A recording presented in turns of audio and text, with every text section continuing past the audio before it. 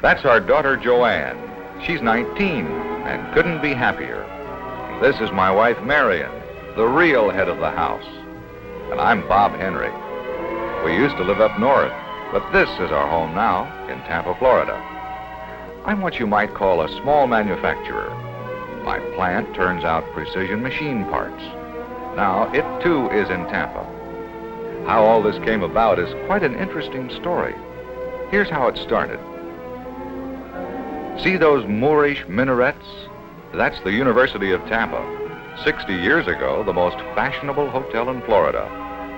Long before Joanne graduated from high school, she had expressed a desire to attend college in Tampa. Well, one reason was her best girlfriend was going there. We'd been reading a lot about Florida and knew that Tampa had 3 universities and was one of the state's educational centers.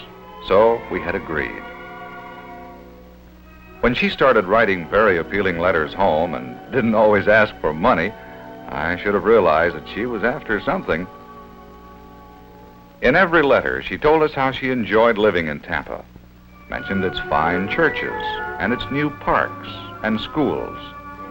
Naturally, she told us all about her activities at the university, the new buildings and the pleasant riverfront campus right downtown. It seems she had been dating a boy who attended the new University of South Florida in Tampa, and she described the campus and buildings as being very impressive. She also told us about Florida College and many other educational facilities in Tampa. We could tell right off that she was happy. She wrote that swimming in the middle of the winter was great fun, and that sailing, in her words, was the most. She sent us picture postcards of Tampa's scenic waterfront with its lovely tropical landscape and flowers blooming in midwinter. Yes, Joanne was really pulling at our heartstrings to come down to Tampa for a long winter holiday that year. That's just the beginning of how we discovered Tampa.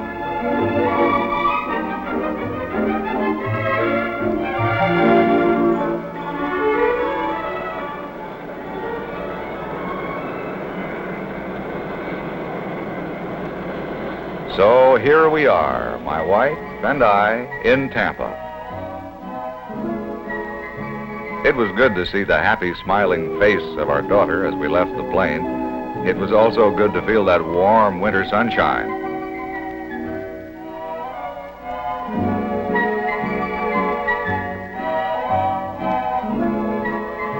As we drove into town from the airport, we passed by many lovely resort motels and inns. However, we had made reservations in a downtown hotel because it was just a few blocks from the university campus. We found right away that Tampa has a pleasant, casual way of living. Joanne was the first one in the pool, but it didn't take long for us to change into carefree sport clothes and begin soaking up some of Tampa's June and January weather. We were on vacation, but we'd soon learn that Joanne had some plans of her own for us. First thing on her schedule was a drive around town, tourist style. It was an impressive sight, too, not like back home. At a time when many cities are expanding only in the direction of suburban shopping centers, Tampa's downtown area is also expanding at an ever-increasing rate with new buildings and modernizations everywhere. Here is a city with a constantly changing skyline. Before you know it, those steel skeletons will be transformed into striking new buildings like these.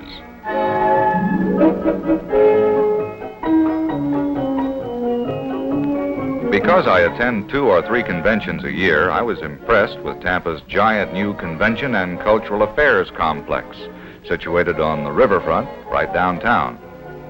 An easy walk from our hotel, the convention center seats 8,000 and provides every facility you can think of. Seeing this, it was easy to understand how true was Tampa's convention slogan, "You'll get more done and still have fun." Not far from the downtown section, we drove along Tampa's palm-lined bayshore, enjoying the warm winter sunshine. I was intrigued by the islands out in the bay. Davis Island is a remarkable development. A completely man-made residential area dredged up out of the bay. Less than a mile from the center of Tampa, it makes a beautiful setting for many attractive homes and modern apartments. It was just like springtime, driving around with the many flowering trees and shrubs in bloom everywhere.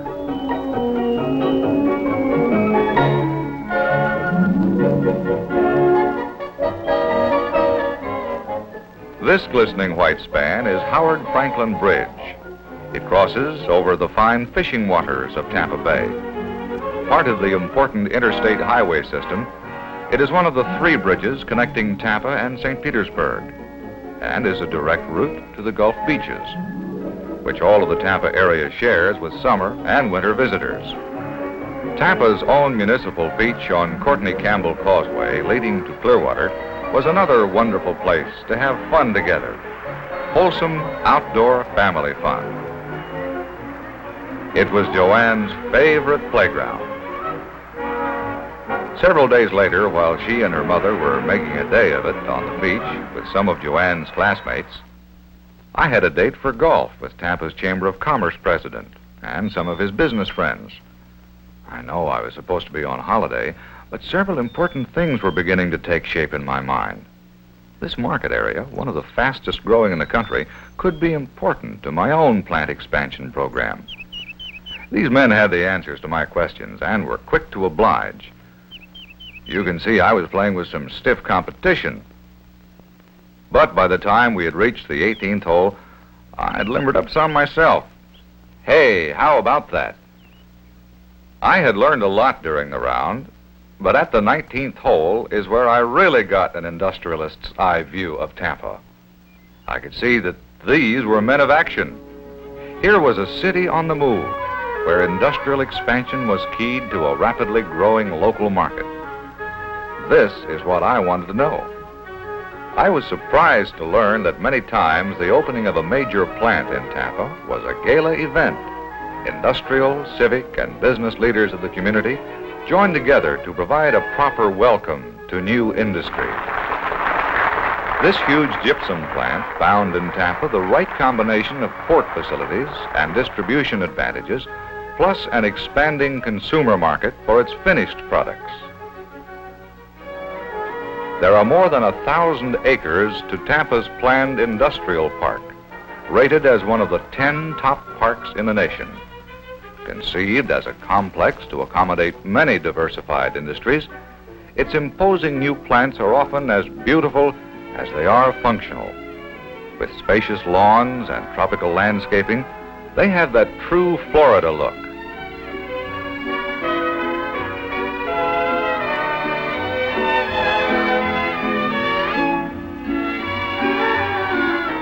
On the other hand, Tampa's heavy industry is typified by these roaring electric furnaces, reclaiming scrap iron and converting it into molten steel.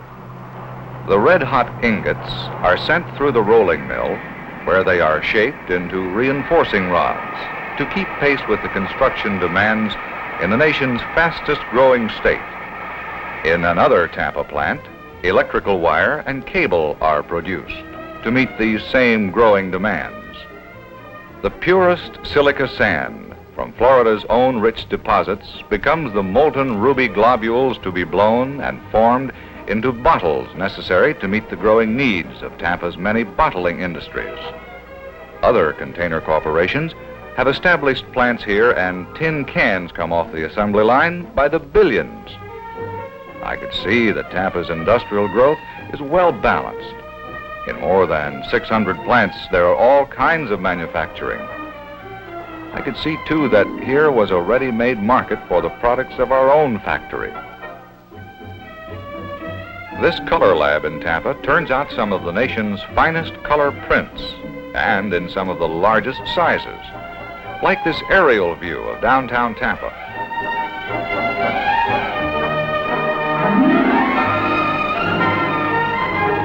Large, too, is Tampa's transportation picture. A network of arterial highways spread out from Tampa, linking it with every major market in the South. I was amazed to learn that 10 major airlines serve Tampa's international airport, offering the tourist or the businessman a choice of over 150 scheduled flights. I was happy, too, that by jet, New York was only 2 hours and 10 minutes away, and it was only a little over 4 hours to the West Coast. More of the questions running through my mind were being answered. Tampa's transportation facilities looked good to me from every angle: rail, truck, barge, ship, or air.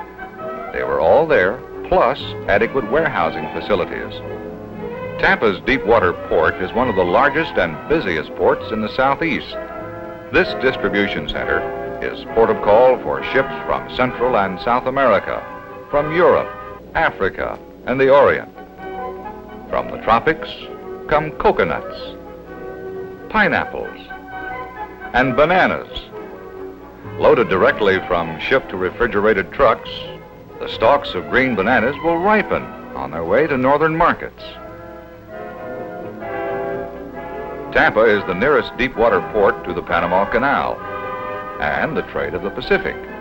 More than 3,000 ships annually discharge and take on cargo, 15.5 million tons of it. Yes, Tampa's port facilities have done much to attract industry to this city. Add to this an adequate labor pool and quick, easy access to all of Florida's $10 billion retail market, and you can quickly see why Tampa is known as the industrial hub of Florida. I learned that phosphate and fertilizer materials comprise Tampa's #1 export commodity, making it the greatest phosphate port in the world. Florida produces 3/4 of the world's phosphate, valued annually at nearly $70 million. Much of it is mined in the Tampa area and exported in ships of all nations. Tampa's own fertilizer industry uses a lot of phosphate, as well as imports of nitrates and sulfur. And Tampa's shrimp fleet is one of the world's largest. These picturesque boats bring their cargoes of pink gold, 8 million pounds of it a year, to the processors and distributors on the Tampa waterfront. There's nothing quite like the savory flavor of a fresh shrimp cocktail. Tampa has many fine restaurants, and many of them are famous for their menus of Florida seafood delicacies. Even dining in Tampa takes on an international atmosphere. The flavors of the sea mixed with shish kebabs of the Middle East, and pastries to delight the gourmets of the world. I decided to leave the calories for the girls to count. For me, the crowning of that regal dinner was one of Tampa's famous handmade cigars. The colorful cigar factories play an important part in Tampa's economy. Tampa leads the world in fine handmade cigars, rolled by Spanish workers who are masters of their craft. Tampa's annual output of cigars is more than 700 million, and they justify the slogan, "The best cigars in the world are made in Tampa."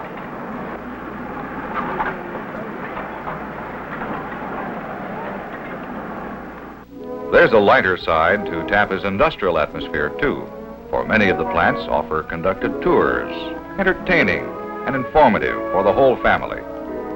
Fanciest of these is the fabulous Busch Gardens, a 15-acre paradise for exotic birds, graceful flamingos, brilliant parrots, and macaws. It has become one of the leading tourist attractions in Florida, and there's quite a thrill viewing the gardens from the longest outdoor escalator in the world.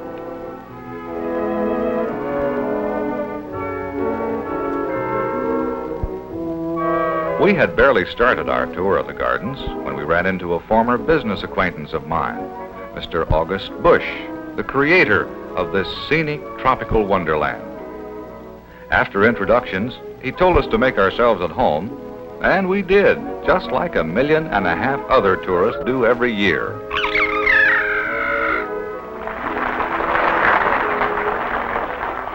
We joined the crowd at the bird show. The kids really got a kick out of Polly's beaky but gentle kisses.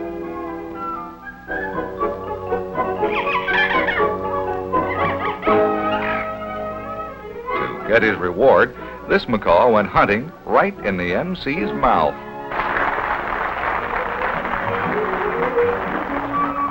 The Cockatoo Act was a real live carousel powered by a one-cockatoo engine.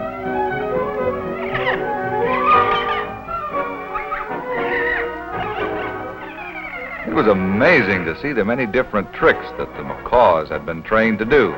And away she goes. But the finale is a real slide for life in a daring aerial act, just like Under the Big Top.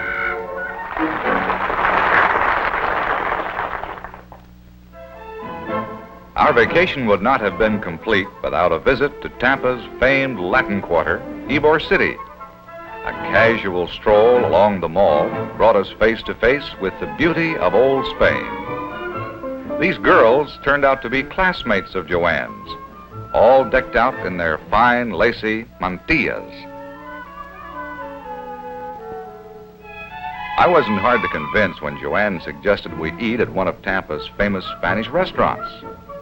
The atmosphere of the patio garden creates the illusion of a trip to the old world.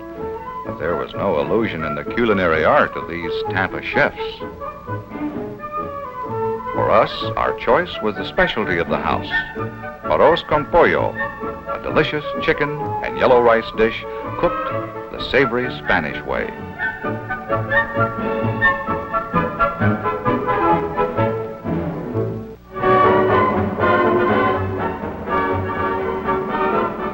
More than 50,000 of Tampa's population are of Spanish extraction. One of the biggest annual events is the colorful week-long Latin American Fiesta. There is a solemn moment at the coronation when the Queen is crowned amid the pomp and ceremony of regal splendor.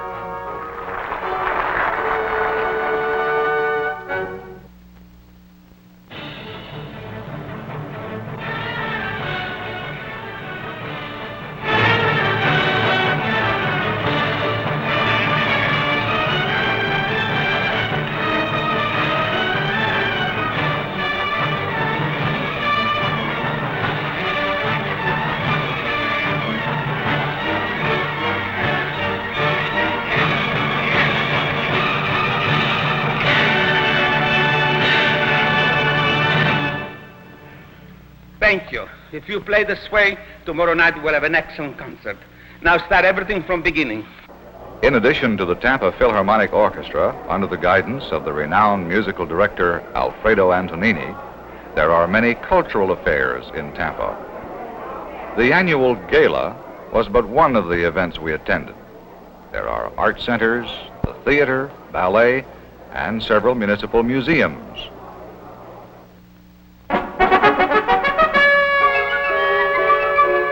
Tampa's social atmosphere and the outdoors are blended at the annual horse show. Owners, trainers, and skilled riders meet here from all over the United States in friendly competition. Tennis in Tampa has rapidly grown into an international affair, with players coming from Germany, Australia, South America, and other foreign lands to compete in the now world-famous Dixie International Tennis Tournament. By the 1st of March, the big league baseball teams have moved into South Florida for spring training. The Cincinnati Reds make Tampa their headquarters. Tireless mechanical pitchers help the boys out with their batting average, while the real pitchers warm up for the springtime game. At Al Lopez Field, the cry is play ball. The snow is still flying up north, but it's shirt sleeve weather for the fans here in Tampa.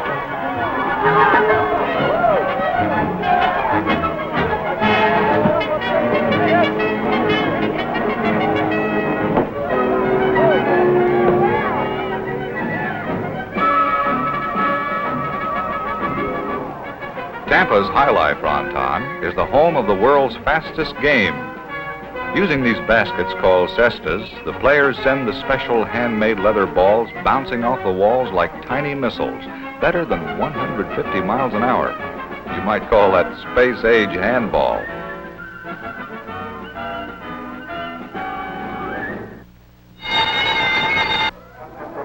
And they're off. Spirited horses and their jockeys vying for the lead in the daily racing during the height of the winter season at nearby Sunshine Park.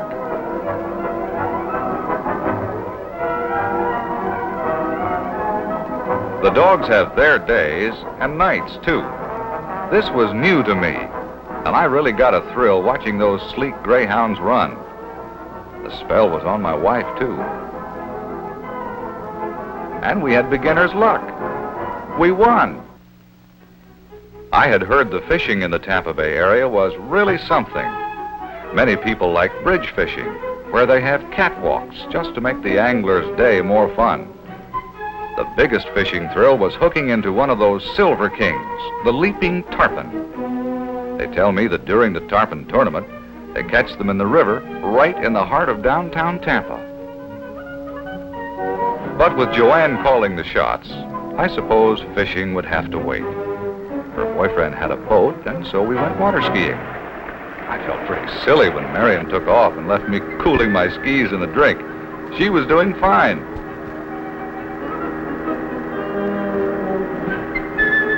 Next time around, we both made it up. We were having more fun than a couple of kids. And when it comes to fun for the kids, Tampa has that, too. Fairyland is a delightful city park where the characters of Mother Goose seem to come alive. It's a Humpty Dumpty land. The old woman that lived in a shoe, Little Bo Peep, Willie and the Whale, and all the others. There are rides and slides, a whole world of fun. Hillsborough River State Park is just a short drive from downtown Tampa. This is only one of many parks and playground areas. I could see it was easy for youngsters and grown-ups alike to lead the more abundant life in Tampa and the surrounding countryside. And a trip into the countryside gave us a good look at Hillsborough County's rich agricultural resources. 2/3 of Florida's citrus groves are in the Tampa area. There's quite a thrill to picking your first orange. We were told that most of the citrus goes to processing plants here in the Tampa area. The fertile fields around Ruskin and Plant City are often referred to as the salad bowl of the nation because of the great variety of vegetables grown in the winter season.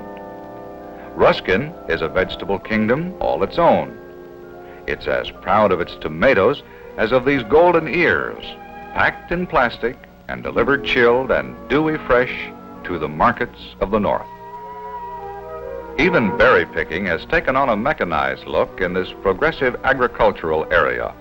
In fact, Plant City is known as the winter strawberry capital of the world. Luscious red strawberries, Florida's most colorful winter crop. We drove through some of the great cattle raising areas and saw herds of dairy and beef cattle.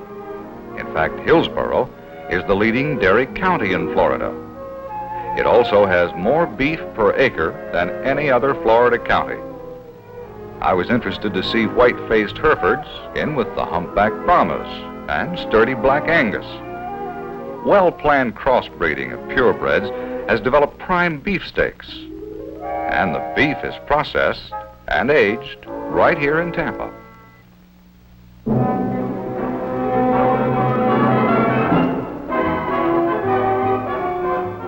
But now it's February, carnival time, and the Florida State Fair opens, a 50-year-old event in Tampa.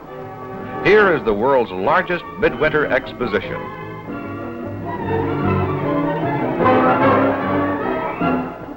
The Sunshine State's golden harvest, the finest oranges, grapefruit, and tangerines grown in Florida were spread before us.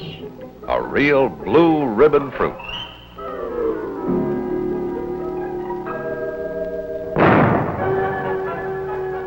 It's the beginning of the world-famous Gasparilla pirate invasion of Tampa. Along with the Florida State Fair, this annual event is a unique festival when normally sedate Tampa businessmen and civic leaders don gay costumes, and special makeup turns them into 18th century buccaneers, modern-day counterparts of the infamous Jose Gaspar, whose cutthroat band sailed these waters 100 years ago.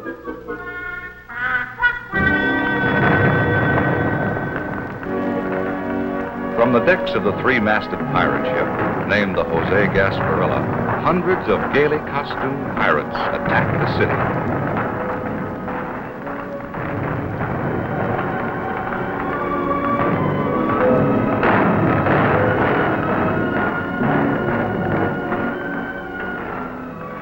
We watched the ship storm the harbor defenses with the booming of cannons and small arms fire, and the city surrendered, just as it has every February for more than 50 years.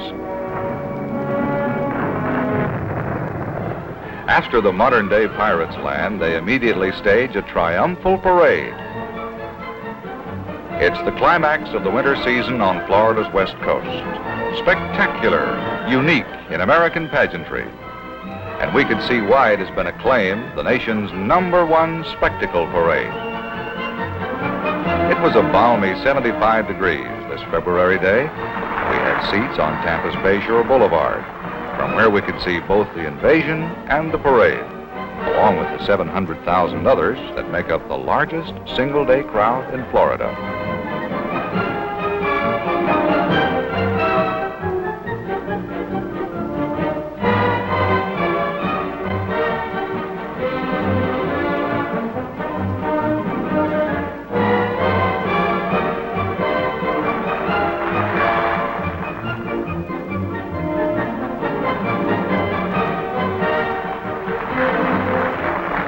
There are no less than 30 bands and 60 floats in the parade of the pirates, and we thought Joanne looked mighty pretty on one of them. That's a picture I won't forget. 2 nights later, we thrilled at the sight of the blazing torchlight night parade through the streets of Ybor City, Tampa's colorful Latin Quarter, and we watched the dazzling climax to a joyful week of high carnival in Tampa.